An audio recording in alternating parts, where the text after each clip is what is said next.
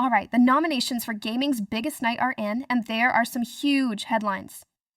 Okay, so let's dive right into this year's Game Awards noms, and oh boy, what a story to start with.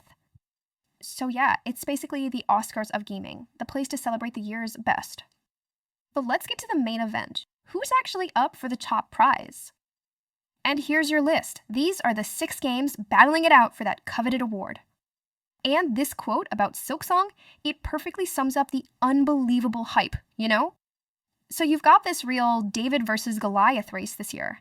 Big blockbusters against beloved indies. Okay, but what about the overall nomination count? This is where it gets interesting. Get this, a surprise indie RPG is leading the whole field with 12 nominations. And the wildest part? The studio behind the frontrunner is a tiny French team of about 30 people. No surprise here, Sony has a huge presence. 2 of their blockbusters grabbed 8 noms apiece.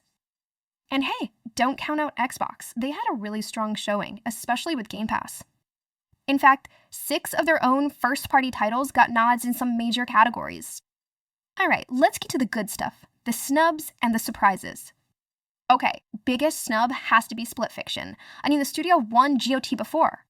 And then there's Blueprints. It got amazing reviews, but was mostly ignored for big awards. Now, for surprises. Like we said, nobody saw a debut indie game leading the pack. And over in mobile, a pretty unknown title managed to snag a surprise nomination. So what's the takeaway here? With 3 indies up for GOTY, this is a huge year. Which leaves us with one last question. Do these noms really capture the best of the year?